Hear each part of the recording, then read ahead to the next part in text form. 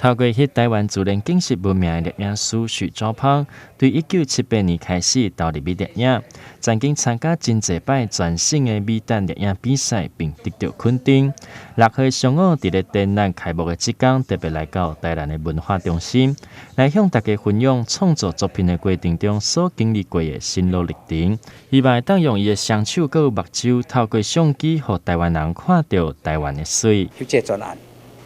这中间内底。我感觉讲，哇，咱台湾遮尔水的迄个风景，遮尔水的国家公园，若无摕出来，互台湾人欣赏，足侪台湾人毋知影讲，台湾有10个国家公园，吼，甚至讲10个国家公园到底是对10个，啊，伫对位伊拢毋知，足侪人拢毋知。譬如咱即马，我即场展览是第2场，第1场咱是高雄文化中心，第2场即马是遮，咱伫遮因为场所的关系吼，咱的作品变做。缩小，咱本来有准备100张作品，啊，这100张作品来讲吼，就是讲咱有每一个国家公园拢差不多经有10百，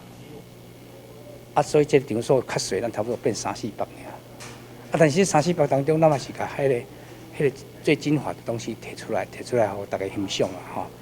徐兆芳表示，要翕出一张好的作品，拢需要时间佮有坚持。伫咧创作的过程中，了解到生命的卑微佮脆弱。